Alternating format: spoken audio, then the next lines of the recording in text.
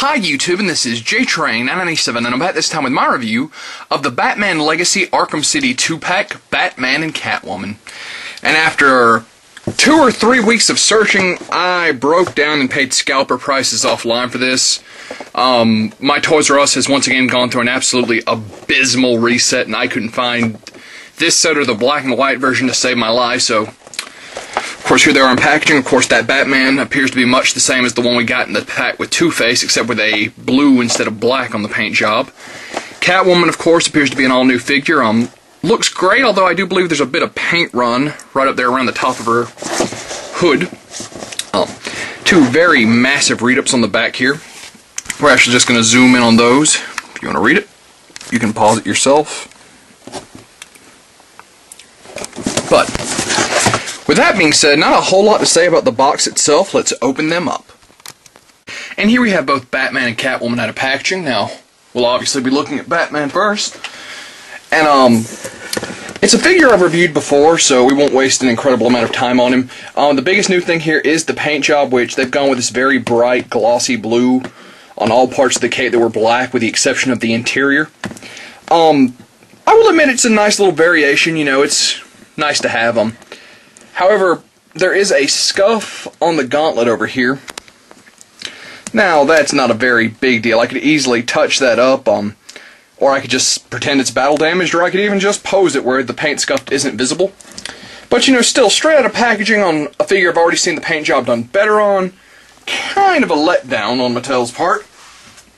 Throwing some stuff off to the side here. Now, as far as articulation, I am still impressed with this Batman's. Of course, very nice up and down, back and forth. Arms are on a ball joint, tiniest bit hindered by the cape. Would do a full 360, spin at the biceps, single joint at the elbow, spin at the wrist.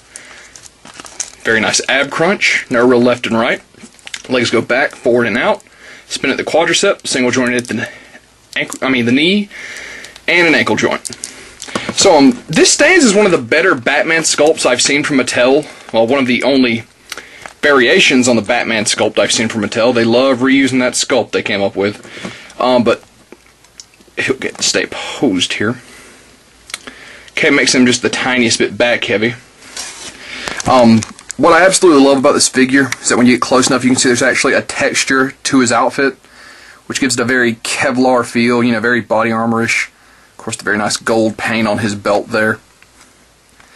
So overall, I think it's a nice little update. You know, the blue paint job is definitely going to be one of the things that are, you know, making me keep this instead of sticking him on, you know, right back on eBay, because Catwoman definitely was the biggest draw for me in this pack. But that being said, let's actually go on to Catwoman. And here we have Catwoman out of packaging. Now, first and foremost, I'm absolutely loving the design of her outfit. However, I was really surprised to see that the goggles appear to be permanently sculpted on her face. And when we get to detail, you'll see where a lot of really bad paint apps happen because of that. Well, not necessarily paint apps, but just sculpting inadequacies in general. However, the rest of the figure is fantastic. I'm absolutely loving her outfit.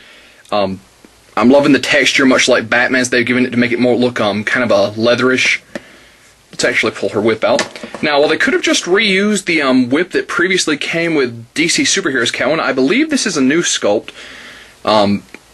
Almost positive, I could be wrong. It's got the very nice curve in it. Of course, you can see the little thing right there. A little interesting info about whips. What you hear when you hear a whip crack is actually this little piece at the end breaking the sound barrier. That causes the crack. Whips 101. Yeah, as I've already said before, very nice texture throughout her outfit. Of course, get a little detail. You can see her cat necklace. And even on the lower portion of her face, they've done an exceptionally good job of detail.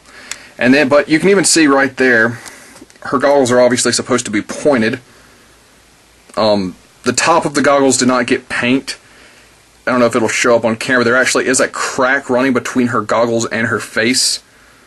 So, you know, that's really disappointing, seeing as the rest of this detail is almost flawless. And then you get there, and I mean, even on the hair coming out from under her mask, it looks like some of that didn't receive the paint it needed. So, you know, fantastic face, but, you know, poor paint execution. Rest of her outfit, however, once again, is pretty much flawless. I can't find any, scuffs or chips, much like I found with Batman's. Now, as far as her articulation, Catwoman does a full 360 at the head. Some up and down. Oh, I didn't notice that before. She's actually got like a little hook to her mask for a necklace. Oh, that's kind of neat. Arms are on a ball joint. Going to be exceptionally careful with these. The DC superhero's sculpt was very frail. I actually snapped the arm off one of my Catwoman's. Of course, arms run to a full 360, go out, spin at the bicep, single joint at the wrist, spin at the glove. The wrist. Very nice. Really nice ab crunch, left and right. Legs, of course, go forward, although not that far. Don't really go back, go out. Quadricep joint, bend at the knee. And I'm really loving how they've done her ankle joint where it's right at her shoe. That fixes a lot of the posing problems I was having. Because usually when they give figures high heels, I'm directly thinking of Zatanna in this case, also by Mattel. And much like Zatanna, there is no foot peg. It created a lot of balance issues with the figure. But with that ankle joint and the way they've designed her shoes a bit differently, that doesn't appear like it'll be an issue. So that being said, let's go into a final thoughts on this pack. So this pack is actually relatively hard to find for me, but it appears the rest of the world aren't having that much of a time. I've heard a lot of reports on, of course, the black and white version of this set, as much of the Arkham City promo picks were, are easily found at Toys R Us. They are Toys R Us exclusive, which does appear to be the only place this pack is popping up.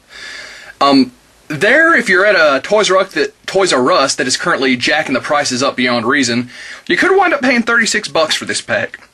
If you're at a reasonable Toys R Us, around $30, which is the standard price. 2 DC Universe figures, $15 a pop. Definitely worth it. I ended up paying actually around $45 with shipping, so once you factor in shipping, I didn't get ripped off too bad. Now, Batman is a great figure. If you haven't bought him before, you definitely need to have this sculpt in your collection.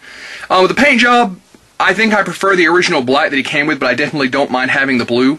The Catwoman is a phenomenal sculpt. I'm loving how they've done her costume. I love the whip accessory. I'm loving her articulation. The only flaw I have with this figure is the poor execution that went into the finer points of the detail on the head.